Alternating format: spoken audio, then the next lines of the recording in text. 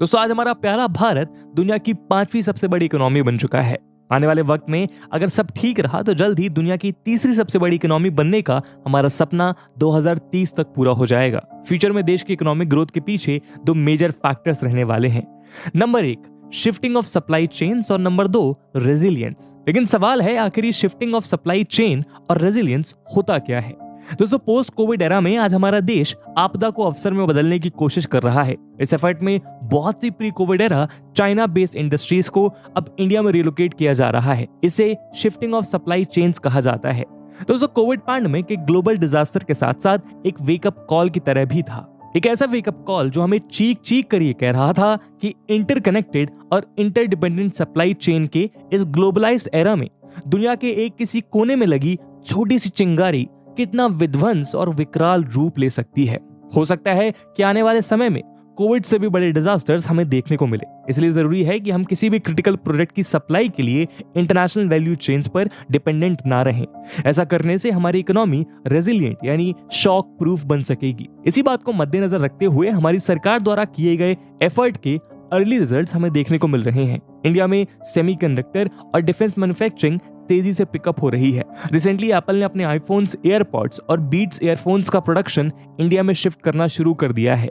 Similarly India अपने पहले light combat aircraft की कंप्लीट मैन्युफैक्चरिंग देश के भीतर ही कर रहा है और साथ ही इस मॉडर्न डे टेक्नोलॉजी मास्टरपीस को एक्सपोर्ट करने के प्रोस्पेक्ट्स भी तलाशे जा रहे हैं। लेकिन इन सभी बातों के बीच एक कंट्रोवर्सी रिसेंटली इंडिया में काफी पॉपुलर हुई। आरोप लगाया गया कि बहुत सी ऐसी इंडस्ट्रीज जो महाराष्ट्र में मैन्युफैक्चरिंग प्लांट सेटअप करने वाली थी अब वो लोकेशन बदलकर गुजरात, हिमाचल प्रदेश और हैदराबाद की तरफ शिफ्ट हो गई हैं।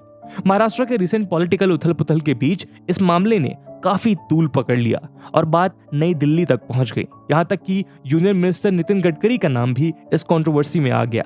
आलम यह हुआ कि अब इस पूरे इशू ने महाराष्ट्र और गुजरात के बीच एक नई राइवलरी को शुरू कर दिया है। तो आज के हमारे इस वीडियो डिस्कशन में हम उन प्रोजेक्ट्स के बारे में डिटेल में बात करेंगे जो इस पूरे कंट्रोवर्सी का कारण बनी।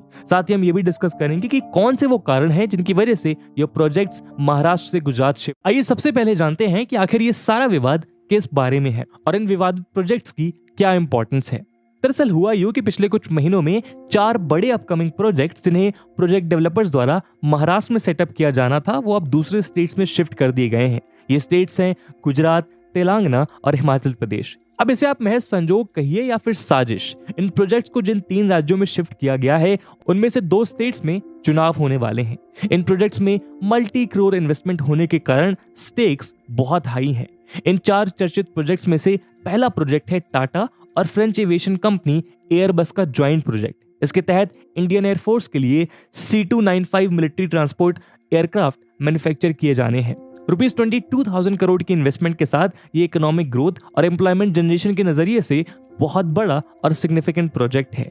लंबे समय से टाटा एयरबस की टीम महाराष्ट्र की प्रीवियस गवर्नमेंट यानी महाविकास आघाड़ी सरकार के साथ नेगोशिएशंस कर रही थी, जिसमें शिवसेना, एनसीपी और कांग्रेस कोalition पार्टनर्स थे। डील ऑलमोस्ट फाइनलाइज भी हो गई थी और नागपुर के पास एक इंडस्ट्रियल बेल्ट को इसके लिए चुन भी लिया गया था। लेकिन अचानक न्यूज आई कि इस प्रोजेक्ट को महाराष्ट्र से बीजेपी शासित गुजरात के वडोदरा में शिफ्ट किया जा रहा है।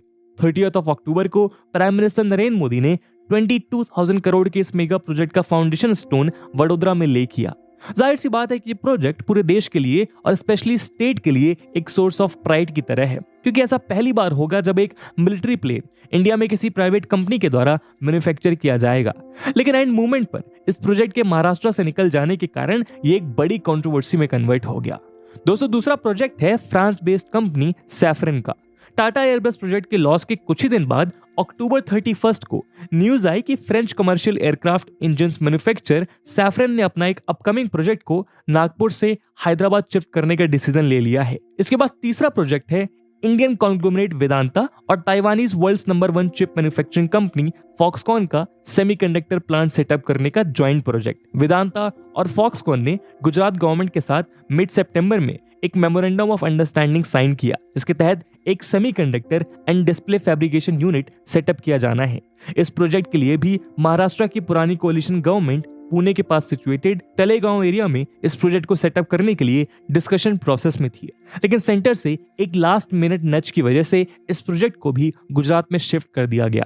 जून में ही अनिल अग्रवाल लेड वेदांता ग्रुप और फॉक्सकॉन ने तलेगांव में रुपीस 1.63 लाख करोड़ की मेजर इन्वेस्टमेंट के साथ इस प्लांट को सेटअप करने का ऐलान किया था। कमाल की बात यह है कि वेदांता का हेडक्वार्टर भी महाराष्ट्र के मुंबई में है, लेकिन ये प्रोजेक्ट भी अब गुजरात में रिलोकेट किया जाएगा। और finally prime minister Narendra Modi ने 13 अक्टूबर को पोल बाउंड हिमाचल प्रदेश के ऊना डिस्ट्रिक्ट में एक बल्क ड्रग पार्क का फाउंडेशन स्टोन स्थापित किया, जहां फार्मास्यूटिकल प्रोडक्ट्स बनाए जाएंगे।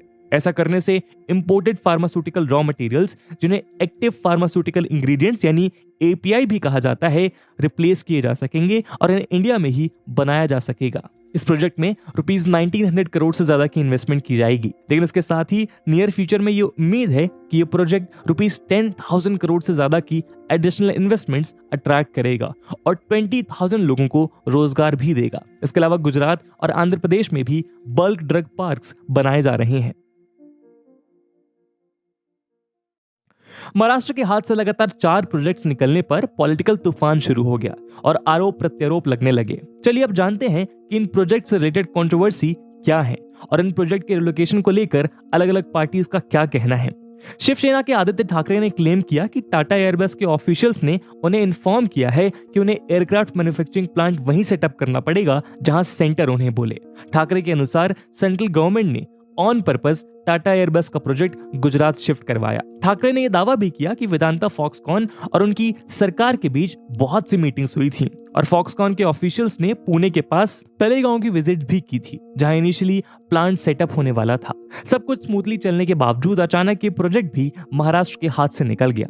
लेकिन दूसरी ओर करंट डिप्टी चीफ मिनिस्टर और बीजेपी लेजिस्लेटर देवेंद्र फडणवीस ने कहा कि टाटा एयरबेस के ऑफिशियल्स ने पिछले ही साल उन्हें बताया था कि महाराष्ट्र की पॉलिसी और पॉलिटिकल एनवायरनमेंट इन्वेस्टमेंट फ्रेंडली नहीं है। फडणवीस ने कहा कि 2016 से 2019 के बीच एज चीफ मिनिस्टर वो खुद टाटा एयरबस के ऑफिशियल्स के साथ नागपुर में प्लांट सेटअप करने के लिए कोऑर्डिनेट कर रहे थे। उनके अनुसार महाविकास अघाड़ी गवर्नमेंट ने जानबूझकर प्रोजेक्ट को अपोज किया क्योंकि ये उनके होम डिस्ट्रिक्ट नागपुर में आने वाला था, जिससे शायद वहां के लोग फडणवीस को ही क्रेडिट दे देते। साथ ही बीजेपी की तरफ से यह आरोप भी लगाया गया कि महाविकास अघाड़ी सरकार ने लापरवाही और केयरलेस एटीट्यूड की वजह से प्लांट महाराष्ट्र से बाहर चला गया। बीजेपी स्पोक्स पर्सन ने सेंट्रल गवर्नमेंट की तरफ से किसी भी तरह की जोर जबरदस्ती से इनकार करते हुए कहा कि लोकेशन की चॉइस इन्वेस्टर्स का इंडिपेंडेंट कमर्शियल डिसीजन है। उनके अनुसार जहां ज्यादा प्रॉफिटेबल लगा, इन्वेस्टर्स ने उस जगह को चुना।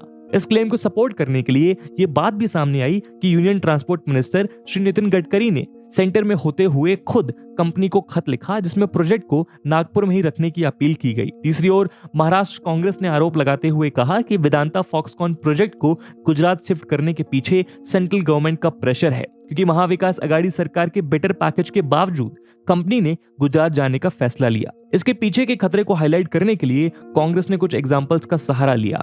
जियो फोन, जो गूगल और रिलायंस का ज्वाइंट प्रोजेक्ट है, गुजरात के ढोलेरा से निकलकर तिरुपति में शिफ्ट हो चुका है। इसके पहले American aviation major Lockheed Martin corporation ने भी अपना सोलर बैटरी प्रोजेक्ट गुजरात से विड्रॉ कर लिया था। हिंदुस्तान कंस्ट्रक्शन कंपनी ने भी रुपीस 40,000 करोड़ की इन्वेस्टमेंट का एक वाटर फ्रंट सिटी का प्रोजेक्ट ढोलेरा में शुरू करने के लिए एमओयू साइन किया था, लेकिन कुछ पैसे डालने के बाद ये प्रोजेक्ट भी खत्म कर दिया गया। मतलब साफ है, कांग्रेस के अनुसार सेंट्रल गवर्नमेंट जबरदस्ती कंपनीज को गुजरात में इन्वेस्ट करने के लिए फोर्स कर रही है, जबकि ये लोकेशन इन प्रोजेक्ट्स के लिए फीजिबल है ही नहीं। मीनवाइल वेदांता के चेयरमैन अनिल अग्रवाल की तरफ से भी स्टेटमेंट आया, जिसमें उन्होंने बताया कि जुलाई में महाराष्ट्र की लीडरशिप के साथ मीटिंग में सरकार ने अपनी पूरी कोशिश की कॉम्पिटिटिव ऑफर्स देकर बाकी स्टेट्स को आउटबिड करने की, लेकिन प्रोफेशनल और इंडिपेंडेंट एडवाइजर्स के बेसिस पर गुजरात को ही चुना गया। वेदांता के चेयरमैन अनिल अग्रवाल की तरफ से भी स्टेटमेंट आया, जिसमें उन्होंने बताया कि जुलाई में महाराष्ट्र की लीडरशिप के साथ मीटिंग में सरकार ने अपनी पूरी कोशिश की कॉम्पिटिटिव ऑफर्स देकर बाकी स्टेट्स को आउटबिड करने की, लेकिन प्रोफेशनल और इंडिपेंडेंट एडवाइजर्स के बेसिस पर गुजरात को ही चुना गया।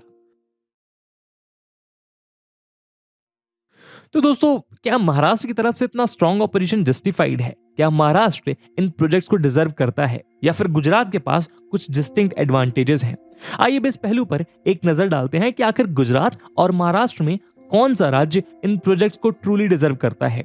दोस्तों महाराष्ट्र के पास बाकी स्टेट के मुकाबले कुछ नेचुरल एडवांटेजेस मौजूद हैं। महाराष्ट्र में ऑलरेडी सालों पुराना इंडस्ट्रियल कल्चर मुंबई और पुणे के बीच की बेल्ट में मौजूद है। ये रीजन कंसिडरेबली अर्बनाइज्ड भी है और यहाँ लैंड की भी कमी नहीं है।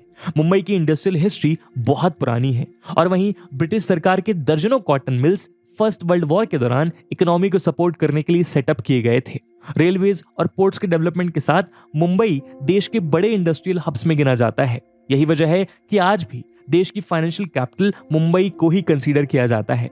आईआईटी बॉम्बे, पुणे के एजुकेशनल इंस्टीट्यूशंस की बेल्ट और बहुत सी रिसर्च लैबोरेटरीज के साथ इस रीजन के पास एक एडवांस टैलेंट पूल का भी फायदा है जो इन कंपनीज को बेनिफिट कर सकता है।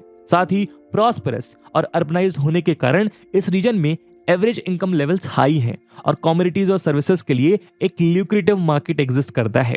कोस्टल स्टेट होने के कारण इंपोर्ट्स और एक्सपोर्ट्स के लिए पोर्ट की एक्सेस भी अवेलेबल है और अच्छा रोड इंफ्रास्ट्रक्चर इन सेंटर्स को रूरल एरियाज और बाकी स्टेट के साथ अच्छी कनेक्टिविटी ऑफर करता है। कांग्रेस लीडर के अनुसार वेदांता की इंटरनल रिपोर्ट के मुताबिक महाराष्ट्र को तलेगांव सेमीकंडक्टर प्रोजेक्ट के लिए ज्यादा सूटेबल पाया गया था। तलेगांव और ढोलेरा की कंपैरेटिव स्टडी भी की गई थी जिसमें ढोलेरा के मुकाबले तलेगांव को प्रेफरेबल चॉइस बताया गया था। असल में तलेगांव के कंपैरिजन में ढोलेरा में कई सारी समस्याएं हैं जैसे lack of water supply, lack of skilled labourers, lack of electronic manufacturing ecosystem, vendors की सप्लाई चेन एग्जिस्ट ना करना और मार्शी लैंड की टोपोग्राफी। साथ ही ये बात साफ है कि महाराष्ट्र सरकार ने कैपिटल सब्सिडी जैसे बहुत से कंसेशंस भी ऑफर किए थे जो गुजरात सरकार मैच नहीं करवा पाई थी। लेकिन गुजरात को चूज करने के पीछे भी कुछ कारण दिखाई पड़ते हैं। कुछ लोगों का मानना है कि Gujarat over a period of time Mumbai को as a financial centre replace करने की कोशिश कर रहा है। मिसाल के लिए इंटरनेशनल फाइनेंशियल सर्विस सेंटर यानी आईएफएससी को ही ले लीजिए जो 2020 में मुंबई के बांद्रा कुर्ला कॉम्प्लेक्स से शिफ्ट करके गुजरात की गिफ्ट सिटी में बनाया जा रहा है। हो सकता है कि मुंबई की ओवर क्राउडिंग और ह्यूज पॉपुलेशन डेंसिटी को देखकर ये डिसीजन लिया गया हो जिससे अर्बन इंफ्रास्ट्रक्चर पर ज्यादा प्रेशर ना पड़े। 2011 के सेंसस के अनुसार 20,482 पर्सन पर स्क्वायर किलोमीटर के साथ मुंबई ऑलरेडी वर्ल्ड की सबसे डेंसली पॉपुलेटेड सिटीज में से एक है। हर साल यहाँ आने वाली बाढ़, ऑमनी प्रेजेंट ट्रैफिक जैम्स और ओवरबर्डन लोकल ट्रेन्स के वीडियोस तो आप सबने सोशल मीडिया पर देखे होंगे। इसलिए हो सकता है कि मुंबई पुणे इंडस्ट्रियल बेल्ट से हटकर नियर बाई गुजरात में इन प्रोजेक्ट को सेटअप करने के पीछे ये कारण हो। लेकिन महाराष्ट्र के अगेंस्ट एक और रीजन काफी क्लियरली विजिबल है, वो है lack of investor friendly environment. Maha Vikas Aghadi सरकार 3 डिस्टिंक्ट आइडियोलॉजीज वाली पार्टीज का एक अनकंफर्टेबल और अननेचुरल कोएलिशन था। इस वजह से पॉलिटिकल एंड पॉलिसी स्टेबिलिटी सफर करती है जो इन्वेस्टर्स के लिए सबसे इंपॉर्टेंट है। साथ ही महाराष्ट्र में गवर्नेंस का खराब हाल क्लियरली विजिबल है। उदाहरण के तौर पर एक्स मुंबई पुलिस कमिश्नर के द्वारा तब के होम मिनिस्टर अनिल देशमुख पर लगाए गए करप्शन के सीरियस एलिगेशंस, पात्रा चौल करप्शन केस और ऐसे बहुत से करप्शन के मामलों में रूलिंग गवर्नमेंट के मेंबर्स इन्वॉल्व पाए गए हैं। ये इन्वेस्टर्स के लिए एक अनफ्रेंडली इन्वायरमेंट का परिचय देता है। हालांकि हम इस बात से भी इंकार नहीं कर सकते कि गुजरात और हिमाचल दोनों ही स्टेट के इलेक्शंस इस बार बीजेपी के लिए स्टेक्स के हिसाब से काफी ज्यादा इंपॉर्टेंट है।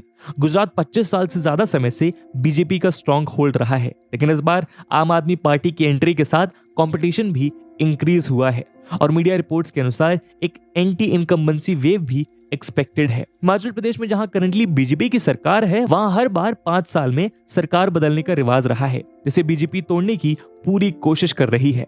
ऐसे में इलेक्शन से पहले बड़े प्रोजेक्ट्स के थ्रू पब्लिक को नौकरियों की सौगात देना पॉलिटिकल स्ट्रेटजी का हिस्सा भी हो सकता है। लेकिन अगर एक बैलेंस्ड व्यू लें तो कुछ प्रोजेक्ट्स तेलंगाना और आंध्र प्रदेश भी शिफ्ट हुए हैं। इन स्टेट्स में कोई इलेक्शन शेड्यूल नहीं है, इसलिए प्रोजेक्ट की शिफ्ट होने के पीछे lack of investor friendly environment, political instability और lack of ease of doing business या कमर्शियल फैक्टर्स ज्यादा जेन्युइन रीजंस प्रतीत होते हैं। हालांकि यहाँ भी ब्लैक एंड व्हाइट को चूज करना इतना आसान नहीं है। अब जैसे हिमाचल प्रदेश को ही ले लीजिए जहां बल्क ड्रग पार्क सेटअप किया जा रहा है। इसके पीछे एक स्ट्रॉन्ग रीजन ये था कि हिमाचल ऑलरेडी फार्मा इंडस्ट्रीज का हब है और उसके पीछे यहाँ के क्लाइमेटिक फैक्टर्स भी एक इंपॉर्टेंट रीजन है। दोस्तों अब इस ऑनगोइंग प्रोजेक्ट कंट्रोवर्सी के पीछे कोई भी वजह रही हो, जो हो चुका वो हो चुका, लेकिन सवाल है कि इन डिसीजंस और कंट्रोवर्सी का नतीजा क्या हो सकता है। दोस्तों इस इंपैक्ट को समझने के लिए एक इंटरेस्टिंग स्टोरी सुनिए। ब्रिटिश राज के बॉम्बे प्रोविंस में से जब तक महाराष्ट्र और गुजरात अलग नहीं हुए थे, तब 1960 में बॉम्बे क्लब नाम के गुजराती और पारसी इंडस्ट्रीज एलीट ग्रुप ने बॉम्बे को एक यूनियन टेरिटरी बनाकर रखने की कोशिश की थी। यहाँ तक उस वक्त की मोरारजी देसाई गवर्नमेंट ने भी बॉम्बे को अलग रखने की भरपूर कोशिश की, जबकि सेव बॉम्बे ग्रुप नाम की एक लेफ्ट पार्टी अलायंस इसका विरोध कर रही थी, जिसमें ऐसे डांगे, एसएम जोशी और सेनापति बापट जैसे बड़े नेता और फ्रीडम फाइटर शामिल थे। संयुक्त महाराष्ट्र मूवमेंट के अंडर इस गुट ने बॉम्बे को महाराष्ट्र में मिलाने की डिमांड आगे रखी थी, क्योंकि प्रोविंस की मेजॉरिटी पॉपुलेशन मराठी बोलने वाली थी और शहर का major infrastructure and industry sector भी मराठी वर्किंग क्लास ने ही बनाया था। मोरारजी देसाई की सरकार को गुजराती और पारसी कैपिटलिस्ट के रिप्रेजेंटेटिव की तरह देखा जाने लगा था, जो कई लोगों के हिसाब से बॉम्बे को अपने लिए रखकर बाकी महाराष्ट्र को पॉवर्टी में ढकेलना चाहता था। स्टेट रीऑर्गेनाइजेशन कमेटी ने फाइनली मुंबई को महाराष्ट्र में रखने का फैसला लिया, लेकिन इस स्ट्रगल में 106 प्रोटेस्टर्स पुलिस बुलेट से मारे गए। गुजरात को महाराष्ट्र के हक के प्रोजेक्ट्स मिलने से अब ये so called Gujarati businessman anti Marathi working class narrative एक बार फिर से तूल पकड़ने लगा है। इंडस्ट्रियल डेवलपमेंट से वंचित महाराष्ट्र की कोस्टल बेल्ट की कंटिन्यूड बैकवर्डनेस और धीरे धीरे महाराष्ट्र का टॉप इंडस्ट्रियल स्टेट में नंबर 1 से नंबर 4 पर आ जाना एक कॉन्स्पिरेसी के रूप में देखा जा रहा है। साथ ही सेंट्रल गवर्नमेंट में टॉप लीडरशिप की गुजराती ओरिजिन्स और ऑपरेशन की हमेशा से बीजेपी की अंबानी अडानी के साथ लिंकेज भी इस फीलिंग को और ज्यादा बढ़ावा दे रही है। इस पूरे सिनेरियो को देखते हुए अब कुछ एक्सपर्ट्स का मानना है कि ये प्रोजेक्ट भले ही शॉर्ट टर्म में गुजरात और हिमाचल इलेक्शंस में बीजेपी के लिए बेनिफिशियल साबित हो, लेकिन लॉन्ग रन में ये कंट्रोवर्सी बीजेपी के लिए ओन गोल भी साबित हो सकती है। कुछ पॉलिटिकल पंडित्स ये कयास भी लगा रहे हैं कि decisions new CM Eknath Shinde को अंडरमाइन करने के लिए और उनकी जगह देवेंद्र फडणवीस की छवि बेहतर करने के लिए भी एक प्लान हो सकता है। अगर इकोनॉमिक इंपैक्ट की बात करें तो आदित्य ठाकरे का अनुमान है कि महाराष्ट्र को करीब ₹2 लाख करोड़ का इन्वेस्टमेंट लॉस और 1.5 लाख डायरेक्ट जॉब्स का लॉस हुआ है। इस वीडियो में दिए गए एनालिसिस से भी इस फिगर को कंफर्म करना आसान है। यानी 2 लाख करोड़ का इमीडिएट नुकसान तो महाराष्ट्र को हुआ ही, लेकिन एक ब्रॉडर लेवल पर अगर सेंट्रल गवर्नमेंट के खिलाफ एलिगेशंस ट्रू हैं तो इन्वेस्टर्स की इस तरह से आर्म ट्विस्टिंग इंडिया में इन्वेस्ट करने वाले लोगों के लिए एक रेड फ्लैग की तरह भी हो सकता है। लोकेशन को कमर्शियल के बजाय पॉलिटिकल कंसिडरेशंस पर चूज करने से प्रोजेक्ट्स इनएफिशिएंट और अनप्रॉफिटेबल हो सकते हैं, जो देश की इकोनॉमी के लिए लॉन्ग टर्म में खराब है। फॉर एग्जांपल, गुजरात के ढोलेरा में सेटअप किए गए बहुत से प्रोजेक्ट्स अनवायबल हो गए। आईएसएमसी डिजिटल, जो वेदांता फॉक्सकॉन की तरह ही सेमीकंडक्टर प्लांट सेटअप कर रही थी, ऑलरेडी ढोलेरा से विड्रॉ कर चुकी है। और अगर हम इसे बड़े स्केल पर देखें तो बात कॉन्स्टिट्यूशनल वैल्यूज और राजधर्म की भी है, जो यूनियन गवर्नमेंट को स्टेट्स के बीच इम्पार्शियलिटी रखने की उम्मीद करते हैं। फेडरलिज्म हमारे संविधान के बेसिक फैब्रिक और बेसिक स्ट्रक्चर का हिस्सा है, और अगर यूनियन गवर्नमेंट स्टेट गवर्नमेंट के बीच फर्क करने लगे तो फेडरलिज्म कैसे बच सकेगा। लेकिन ये कंसर्न्स तभी वैलिड है अगर यूनियन गवर्नमेंट ने सभी मायने में पॉलिटिकल रीजंस की वजह से इन्वेस्टर्स को लोकेशन चेंज करने के लिए फोर्स किया हो, जिसका क्लियर जवाब किसी के पास नहीं है। हम और आप सिर्फ एक एनालिसिस कर सकते हैं, जो अभी हम कर रहे हैं। अब पक्ष विपक्ष में से किसके आरोप प्रत्यारोप सही है, इसका जवाब तो वक्त की गोद में ही छिपा हुआ है। दोस्तों, इस पूरी कंट्रोवर्सी से दूर कुछ खबरों के मुताबिक प्रधानमंत्री नरेंद्र मोदी ने महाराष्ट्र सरकार को फॉक्सकॉन से भी बड़े प्रोजेक्ट लाने का वादा किया है। अगर ये सच है तो सभी पार्टीज के लिए ये बड़ी खुशी की बात है। महाराष्ट्र के इंडस्ट्रीज डिपार्टमेंट ने भी इस कंट्रोवर्सी को खत्म करने के लिए 30 डेज के अंदर एक व्हाइट पेपर लाने का ऐलान किया है, जिसमें इन मेगा इन्वेस्टमेंट प्रोजेक्ट्स के महाराष्ट्र से बाहर जाने के पीछे के कारणों का एनालिसिस किया जाएगा। हो सकता है इस व्हाइट पेपर के थ्रू दूध का दूध और पानी का पानी हो जाएगा, लेकिन ये समझना जरूरी है कि स्टेट्स के बीच न्यूट्रलिटी और इंडस्ट्रीज की मेरिट बेस्ड लोकेशन इंडिया को $5 ट्रिलियन इकोनॉमी और उससे भी आगे ले जाने के लिए बहुत जरूरी है। इसी राह पर चलकर देश सही मायनों में सबका साथ सबका विकास के सपने को पूरा कर पाएगा। बहरहाल, हम तो यही उम्मीद करते हैं कि इस पूरे कंट्रोवर्सी के बावजूद ये प्रोजेक्ट्स अपने निर्धारित लक्ष्यों को हासिल करने में कामयाब हो, ताकि देश में विकास दुगनी रफ्तार से आगे बढ़े। तो दोस्तों, ये था आज का डिस्कशन, जहां पे हमने डिस्कस किया कुछ नेगेटिव्स के बारे में और कुछ पॉजिटिव्स के बारे में इन प्रोजेक्ट की शिफ्टिंग का। इस मुद्दे पे आपका क्या ओपिनियन है और क्या सुझाव है, कमेंट सेक्शन में जरूर बताएं।